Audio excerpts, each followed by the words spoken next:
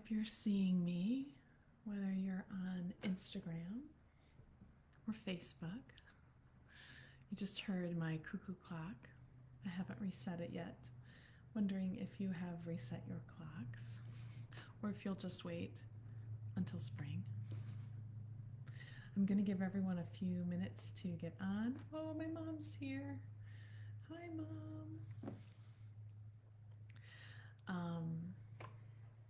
Make sure you get your coloring page printed if you are going to join us in the color along, or maybe you just feel like listening tonight. Maybe coloring's not your thing. It's all good, however you want to do it. I'm excited that my mom's here. Mom, listen to the last story. There will be a moment that I think feels very familiar to you.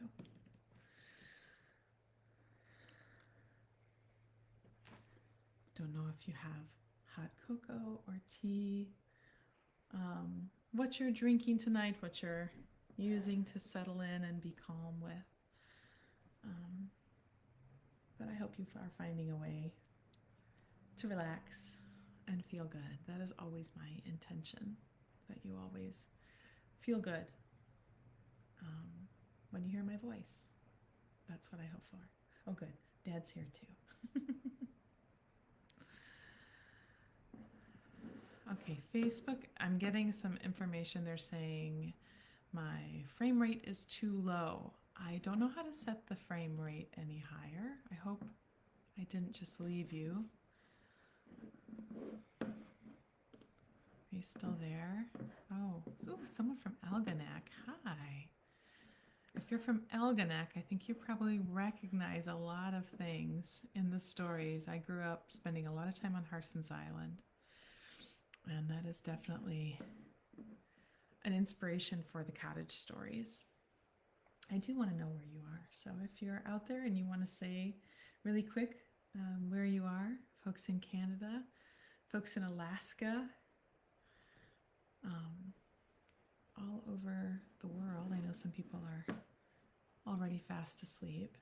If you're in Europe listening and you heard ads in the last couple of days in someone else's voice, please know that that is not done purposefully. Someone uses my content without my consent. It stinks for everybody, but you should never hear a voice that isn't mine on the podcast. So if you have heard that, my apologies. My team is working on it. It should be fixed very soon. I'm just going to take one moment to try to fix whatever Facebook is asking me to fix before we get started. Set the frame rate. Sure. Let's do that.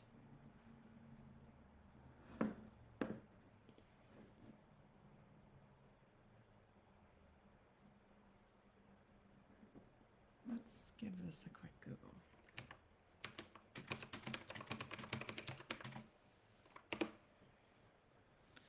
Sorry, don't mean to bump you.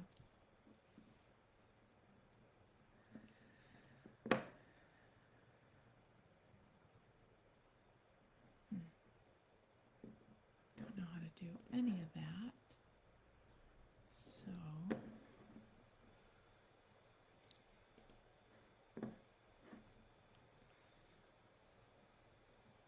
if anyone knows how to set the frame rate on Facebook and can tell me how to do it, I just looked it up. It looked like it was written in another language.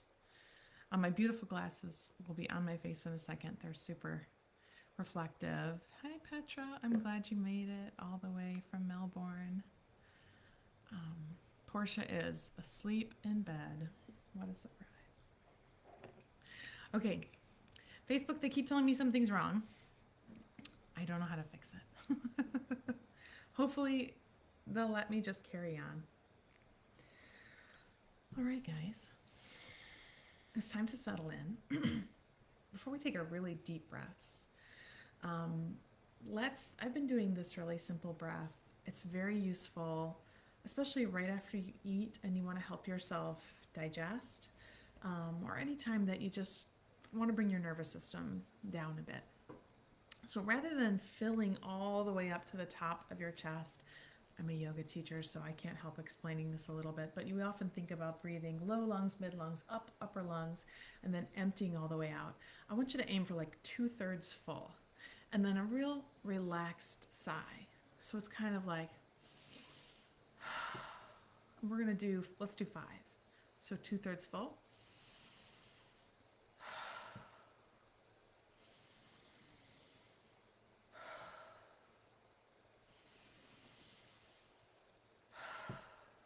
Even more relaxed.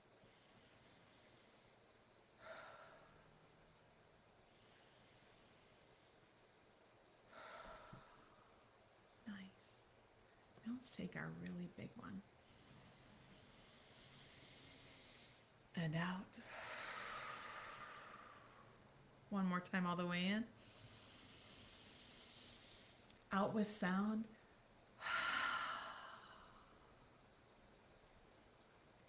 Good. Okay, get out your crayons, your pencils, your markers, whatever you're using if you're doing that.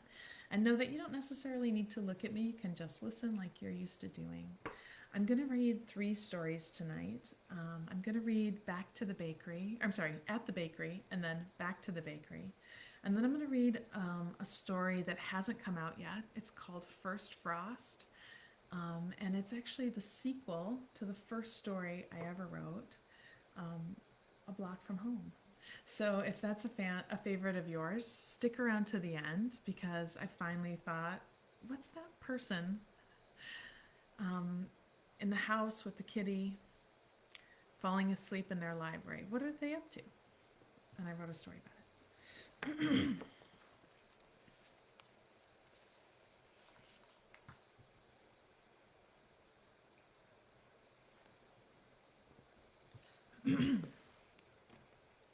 In the bakery. I stood inside the front window of the shop and looked up and down the street for a few moments.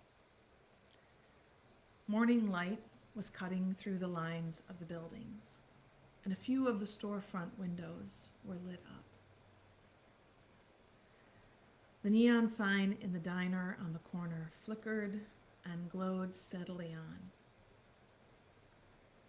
I knew our customers would start to arrive in a few minutes for their orders of bagels, pastries, and loaves of fresh sliced bread. I dusted off my floury fingers on my apron and flipped our sign from closed to open before unlocking the heavy oak door and stepping back behind the counter. Our cases were full of just baked muffins, rolls, and loaves. Our coffee was brewed, and I had a hot cup tucked behind the register. We were ready. Saturday mornings were my favorite at the bakery. During the week, customers rushed in and out, eager to get their breakfast and coffee and get to work. But on the weekends, all of us, bakers and customers alike, were more relaxed. People lingered over coffee, turned the pages of newspapers slowly, and took time to really enjoy the jelly donuts and wedges of coffee cake that we loved to make each day. The bell rang over the door, and I looked up to see the familiar face of a waitress from the diner, her spring coat pulled over her apron, hands ready to receive the tray of goods we had wrapped up and ready. In a hurry? I asked. No, it's Saturday, she said with a wave of her hand. We've only got a couple of regulars, and they pour their own coffee anyway.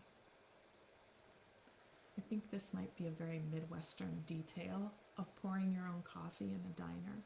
I don't know, maybe wherever you are, if you go often enough and you need a heat up on your coffee, do you just get up and pour it yourself? Because those are the kind of diners I grew up in. We smiled. "Well, try this then." I passed her over a slice of still warm biscotti in a waxed paper wrap. "I'm trying new recipes, and I need an opinion I can trust." She took it gratefully, and I poured her a quick cup of coffee to go with it. "It's orange and pistachio, and you might want to dunk it," I said, sliding the cup across the counter. "I don't trust people who don't dunk," she observed. "This is why I'm asking your opinion," I said, tapping my finger to my nose. She held the slice up close to her nose and breathed in the cookie's scent. She looked it all over, and I saw her taking in the ratio of pistachio pieces to ribbons of orange zest.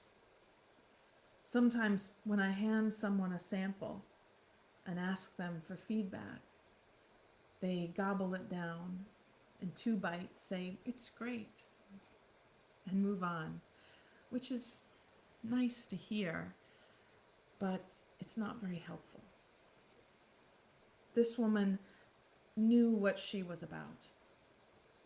She had a bite without dunking first, chewed slowly, then thoughtfully dipped it in her coffee and took a second bite. She looked up at me, ran her tongue over her teeth, nodding slowly. "I think the orange should be a little bit stronger, but the bake is right on. It's crispy and a pleasure to dunk, but if you want to eat it as it is, it's not going to break your teeth. I'd say it's a winner." Pleased down to my clogs, as all bakers are when something they make is properly appreciated, I slid the coffee thermos back onto its warmer and went to fetch the order she'd come in for. I handed it over to her. She thanked me for the treat, and we said, "See you tomorrow," and she headed back to her customers. For the next few hours, there was a steady stream of patrons. Some were regulars, whose orders we knew by heart, and some were new faces who stood staring at the cases, biting their lips and asking for recommendations. We brewed pots and pots of coffee, packed dozens of donuts into paper boxes tied with string, handed over plate after plate of muffins and scones and toasted bagels. We handed out soft, salty pretzels wrapped in waxed paper, boxes of dinner rolls and focaccia slid across the counter into eager hands. We sliced loaves and wrapped them up for afternoon sandwiches. Pies were deliberated over and finally selected the names. Pies were deliberated over and finally selected. I did write this. It's been a minute though. And finally selected, and names were applied onto birthday cakes. We wiped crumbs from the counter and tables and started to deliver the sad news that this or that had sold out for the day. As the day moved on and the bell rang less and less, I pulled out a few of my favorite cookbooks from the shelf in the office and poured a fresh cup of coffee. I set myself up at the counter where the sun was shining and flipped through the book that was older than I was, with pages stained and creased and filled with handwritten notes.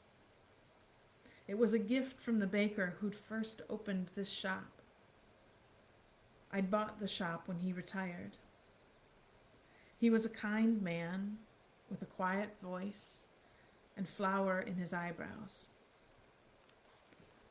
I remembered coming in for my daily bread and one day taking a bite of something and saying to him that I could always tell his bakes from any others, that he seemed to have a sort of signature flavor. He'd smiled, leaned his elbows on the counter, and turning his head side to side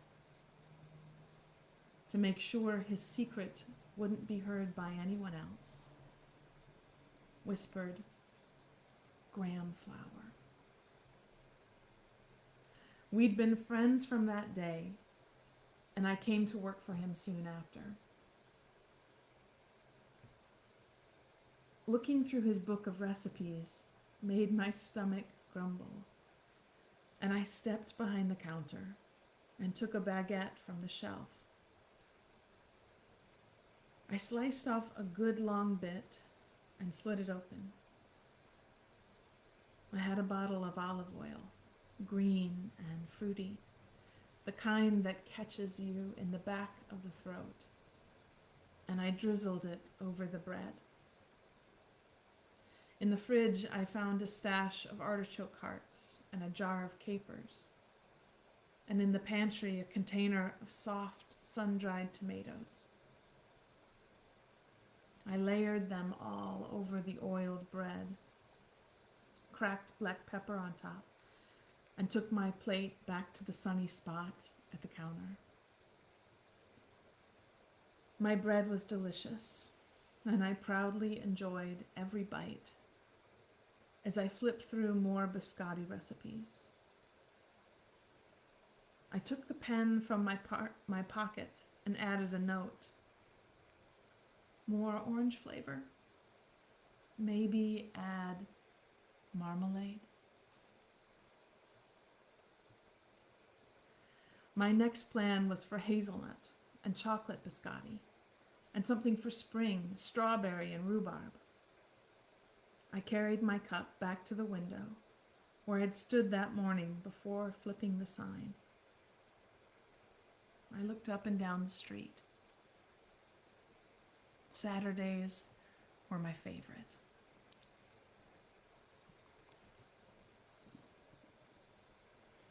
That one's in the book. I think I knew when I wrote that it was going to be a fan favorite. It felt like a different kind of story than I had written before. And being able to really explore the village of Nothing Much and build on the relationships and the characters there has been probably the most fun part. Now that we're getting further on, we're going to be in our 9th season soon. So even just hearing marmalade made me smile, thinking that maybe it was a seed planted early. People ask me a lot if we're going to hear more about Marmalade and now Crumb. Absolutely you will, probably one story per season. I really kind of feel like it should be a Disney movie or a show. I feel like they could have their own show. Okay, keep coloring, friends. We're going to go back to the bakery. So this is a summer story. That was an end of winter, almost spring story. Now we're going into summer. And then our last story, First Frost, which hasn't come out yet, is sort of a transitional story between autumn and winter. Back to the bakery. In the kitchen, behind the wall of bread baskets, where we slot fresh baguettes and ciabattas and pyramids of rolls into place each morning, there is a long, flowery workbench and a row of deep ovens that start heating before the village is awake. There is a long row of aprons on hooks, open shelves with dozens of mixing bowls, Tall pitchers full of every kind and shape of spatula and mixing spoon and dusting wand, and a broad, cool slab of marble to roll pastries on. Over the years, I'd learned how to time the proving and chilling so that a lot of prep happens in the afternoons, and less while I am still rubbing the sleep from my eyes at the crack of dawn. Still, I am an early riser, either by nature, perhaps I was a baker down deep in my genes, or at this point purely from habit. And I never mind unlocking the door while most of the village slept. Today had been no different. A cool, quiet morning as I'd walked through the back alley just before dawn. I recognized the kitty with the crooked tail, who was often stretched out in the front window of the tea shop, sitting now on a crate behind the bookstore. I think he got his breakfast there most days. And though I called out in a low voice to him, he didn't stop his morning ablutions to so much as look at me.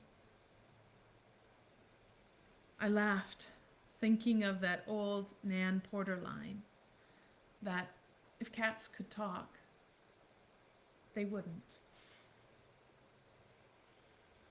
I found my key on the ring and jiggled it into the old lock until it turned, and I stepped into the kitchen. I had a routine.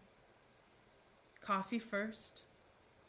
Luckily, the me from the day before had been looking out for the me of this morning. So the drip machine was ready, fresh grounds in the basket, and the reservoir filled with water, waiting to become something even more vital. I pushed the button and tied on my apron. I went hunting for my favorite cup while it perked companionably on the counter. When my cup was full, I pulled up on a stool by the register with a pad of paper and a sturdy black marker to make my morning punch list. It was a Friday. I was nearly sure, and I pulled my calendar closer to confirm. Yes, Friday. So we'd need plenty of bagels and muffins for the breakfast crowd as they bustled in before work. I had trays of bagels in the fridge, formed and risen, ready to be pulled out, and when they'd reached room temperature, briefly poached before being slid into the oven. I'd make some with sesame seeds, some with a crust of crunchy salt, and some with swirls of cinnamon and raisin baked inside. The muffins I could mix with my eyes closed. The fresh strawberries had run out the week before, but now we had blueberries from a farm outside of town. And I thought they'd go perfectly with the candied yuzu zest and ginger syrup I had in the pantry. I always made a tray of lemon poppy seed. They were classics and the go-to for lots of morning regulars. In a few more weeks, the cases of zucchini would start showing up, and I'd be making loaves and muffin tins full of the sweet, dense bread that they lent themselves to so well. I'd check my shelves for the dark chocolate chunks I like to fold in with the grated zucchini. Along with the fruit itself would come a few precious boxes of the flowers, which we'd dip in batter and fry off, wrapping them in wax paper and handing them out for afternoon snacks. I'd gotten distracted thinking of zucchini.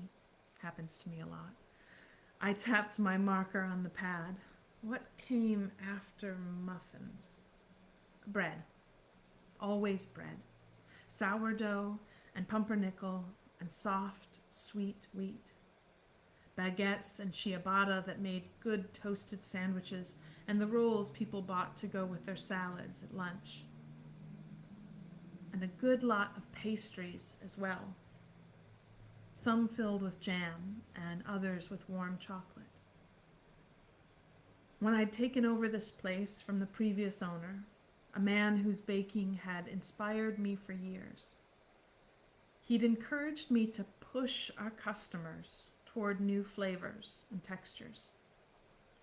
He told me that when he started, no one wanted anything other than white bread, birthday cakes, and a chess pie on Sunday.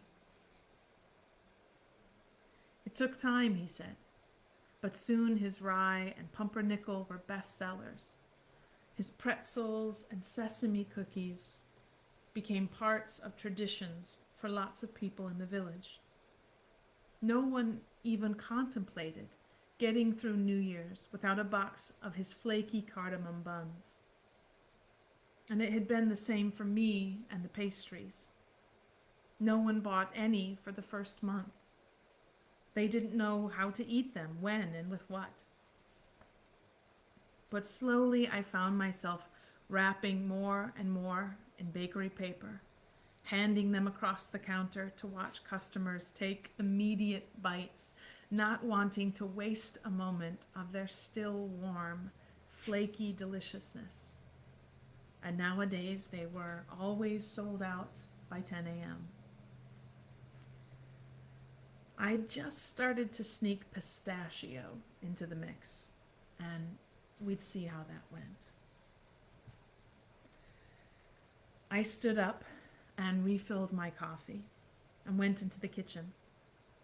I washed my hands and started pulling trays out of the fridge and heating the ovens. There was an ancient radio, old enough to have a tape deck in it, but still working, propped up on the shelf over the sink. And I reached up on tiptoes to twist the knob. When I was younger, this station had played the newest music that came out on the tapes that would probably still work in the deck. The kind that every now and then had to be rewound into their cases with a carefully angled pencil. But as the years went by, the playlists had stayed the same. Now, I guessed these were oldies, but I didn't mind. I liked knowing the words, the drum beats, and the spots where the bridge flowed into the chorus. Soon the bagels were coming out, the muffins and bread loaves going in. I was a few minutes away from flipping the sign on the front door, and my morning helpers would be here in a minute, tying on their aprons and pouring their own cups of coffee to keep close to their stations. Each morning we filled a few orders for local cafes and diners, and I set about laying out their trays.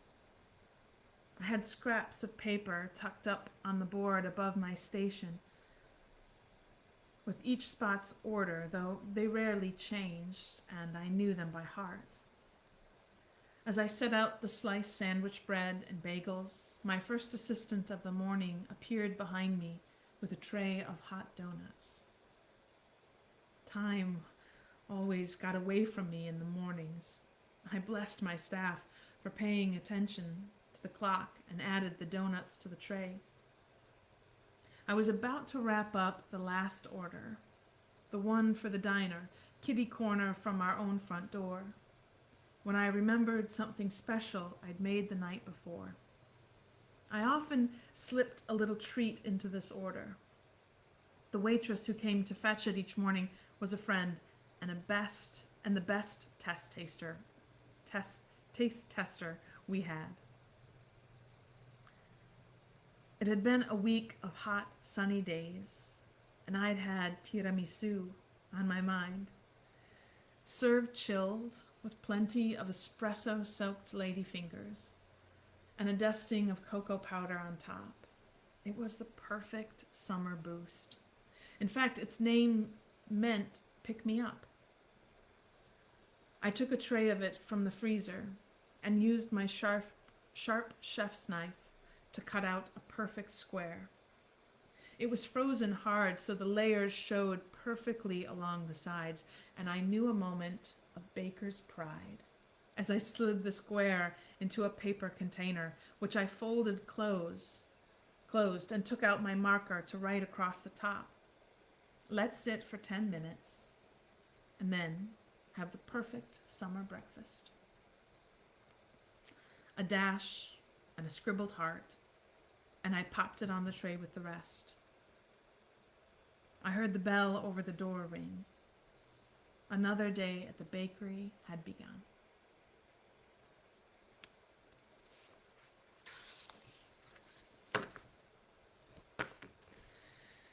I love that story too. I love revisiting the baker.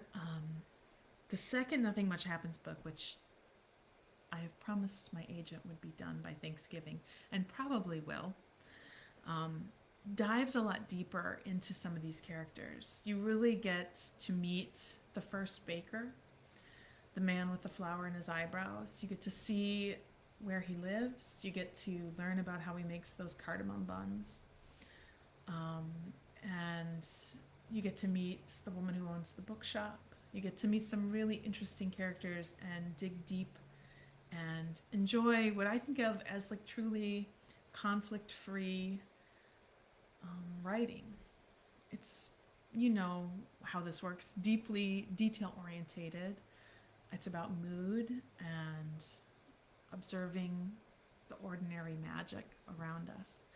And I wanted to get that even more fleshed out than it was in the first book. So I have maybe about a month's work left on it, but I'm very excited about it. You'll be hearing more as soon as I have more to tell you. How's the coloring going? I hope you're having fun. I've got one more story.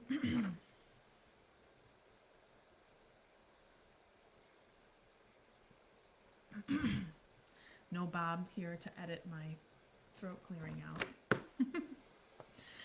So the first story I ever wrote for Nothing Much Happens is A Block from Home, which is episode 1. And it was really based on a story I told myself that I've been telling myself for years. And it's something that I often recommend to people when they think about how do they tell their own story without feeling stressed out about it. Let's say you wake up in the middle of the night and you're not sure how to use narrative, storytelling to go back to sleep. Maybe there's a house that you lived in, and when you lived there, you felt safe, you felt good. And you can remember the layout of the house. Maybe it's the house you live in now. Maybe the house you live in now has a lot of unfolded laundry in it. And it's not that relaxing to think about. It's okay, pick a different house. And you start just by walking up the front walk or the steps to the apartment of that place. And you just walk yourself through the rooms of the house. You lock the door, you turn the locks, you pull the curtain, and you go deeper and deeper into the house in your mind. And you fall asleep. That's a technique I've used for ages, and it became more and more a story. And was sort of the basis of me thinking I might be able to share this technique with other people. So it's something to try. The next time you find yourself awake in the middle of the night, it's the same as when I tell you, think back through the details of the story. Think through the details of a house, someplace you feel safe. Maybe it's a dream house, one you've never been in. That's okay too. It's your brain, my friends. You can do whatever you like in there. So this is sort of the sequel to that story. That story ends with the person tucked up inside their house, all the locks locked, and now they're going to go out back into the world.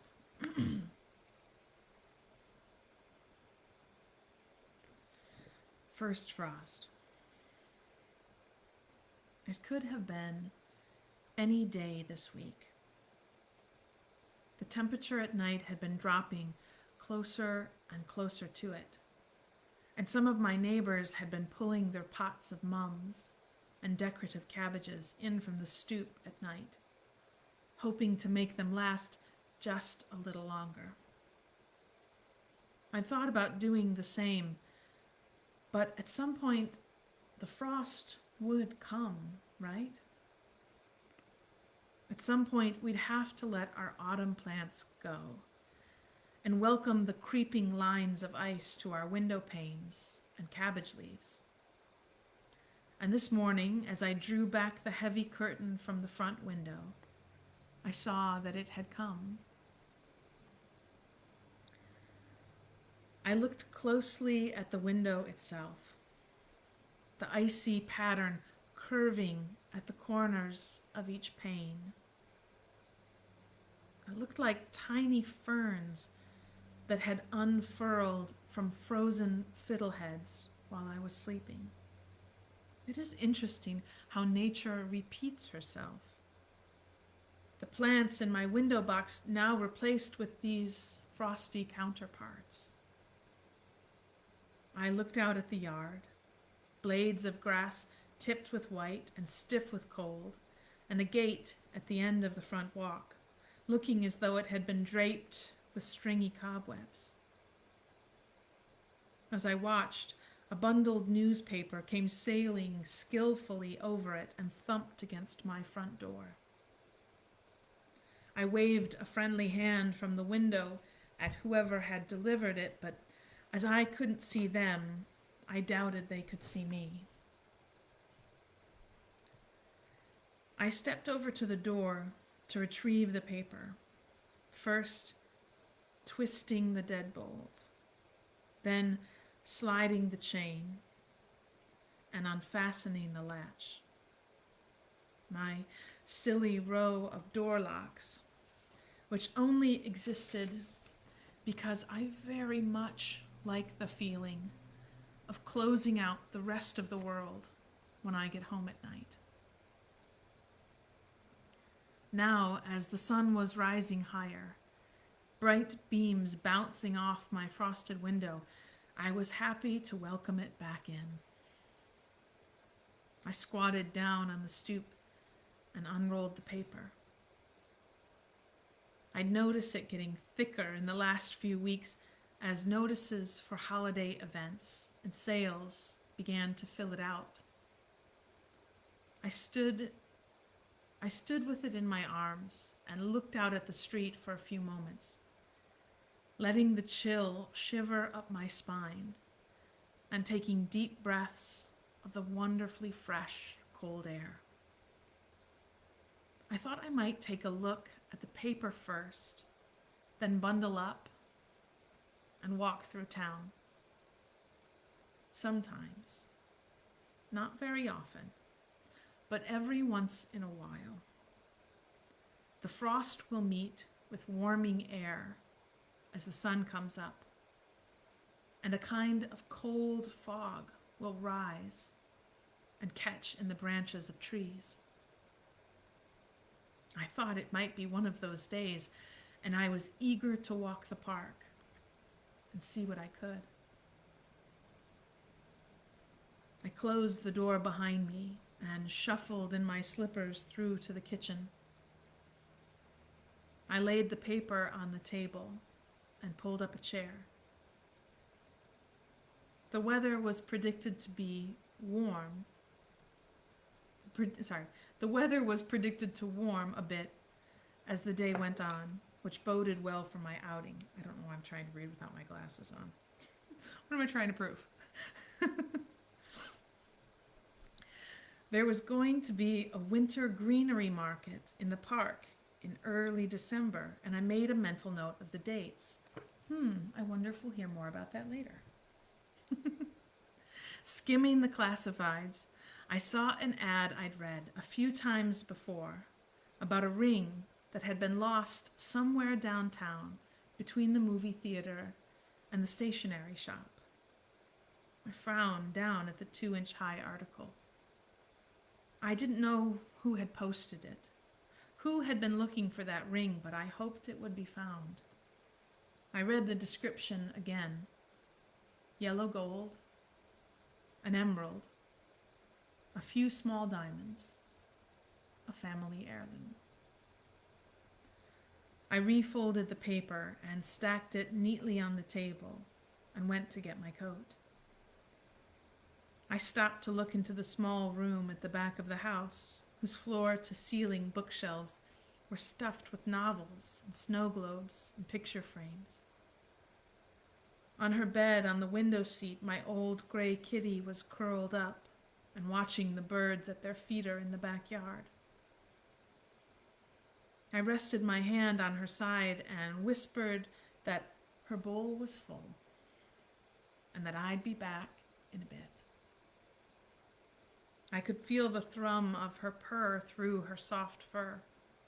She flicked her tail once, and I leaned down to kiss her forehead. She allowed it and turned her green eyes back to the windows. I pulled on my coat and hat and stepped back out the front door, pulling it tightly behind me. It wasn't bitter out, but it was cold, and I was glad to find gloves in my pockets. I went through my gate and turned on the sidewalk toward home. The frost was thick, coating fence rails and mailboxes and planters. At the greengrocer on the corner, I stopped to look at the bins of delicata squash and long stalks of Brussels sprouts that were set out. In a bushel barrel propped by the door were large pine cones, scented with cinnamon, heaped into a pyramid. Across the street at the diner, the booths were full, and I could see a waitress setting down a tall stack of pancakes in front of a smiling customer. I walked further, feeling my body warming up with the exercise. At the entrance to the park, I stopped at the kiosk and bought a coffee. The man inside was well wrapped in a long scarf, and as we chatted, he poured my cup and pointed to the small heater going at his feet. "First morning I needed it," he said, handing the coffee over to me. We told each other to stay warm, which is as common a greeting as good morning around here in the wintertime, and I walked into the park. The sun was reflecting on the pond, which was still full of a paddling of ducks. Most were out on the water, unbothered by the temperature, their bright orange feet pushing them around from one edge of the small lake to the other.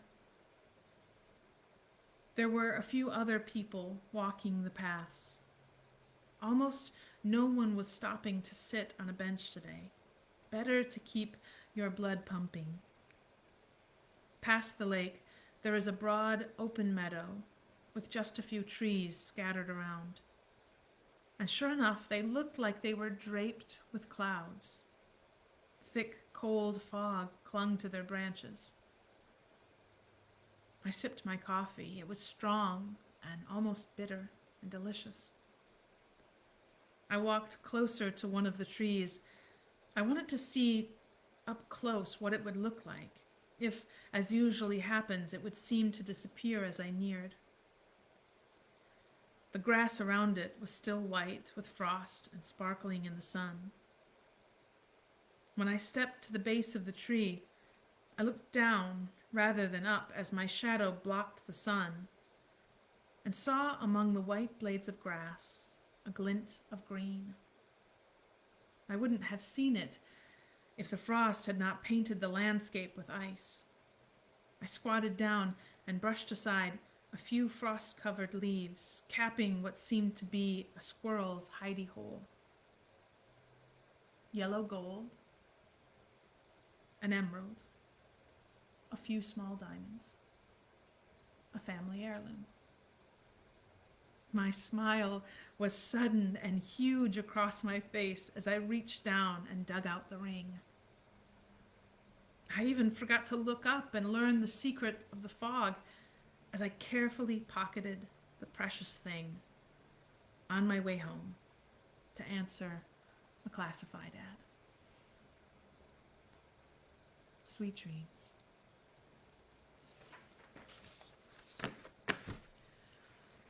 Thank you, my friends, for being here, for coloring along.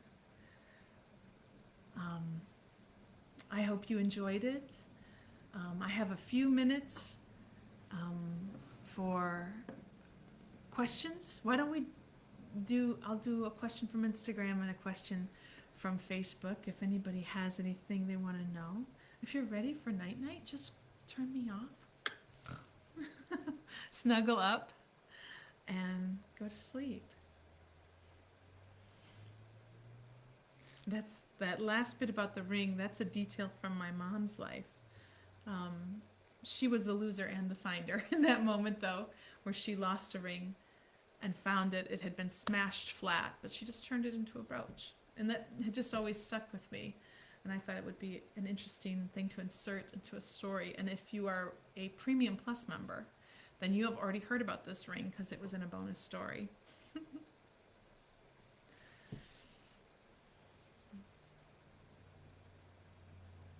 Was I a baker? I was a baker. I love to bake. I don't bake as much as I used to, but I'm a big fan of British Bake Off. I really enjoy it. I find it to be really relaxing, but I'm not that good at it. Somebody was asking me about having more recipes. The book does have recipes in it, and I learned as I wrote them that writing recipes is approximately 1,000 times harder than writing fiction. So I don't know how many more I will write. They are really, really difficult. People who are good at that are really amazing. Do I have a favorite season for my stories? I think probably fall is my favorite. It's just the coziest season for me. I am an autumn lover down deep in my soul. But I really love writing through the year. I often think I don't have anything to say about today, and I sit down and sometimes I even have a plan for where I think, okay, well, maybe you don't know where you're going, but start with this title. In fact, the story that comes out tonight at midnight is called Autumn at the Cabin. It's one of the Cabin in the Woods stories. But at first it was called First Frost at the Cabin. And I started just with the title to try to get the wheel spinning. And then I wrote the whole story. It just came right out of me. And I read it and there was no frost in it. And I was like, okay. Which was good. It gave me, I thought, all right, somebody else gets to tell about First Frost. I do not listen to my own podcast to fall asleep. That puts me in my head about it. I am too much the creator in that moment. How many pets do I have? I have 3. I have 2 chihuahuas, Tiny and Ladybug, and a long-haired dachshund named Portia. Those are the names they all came with.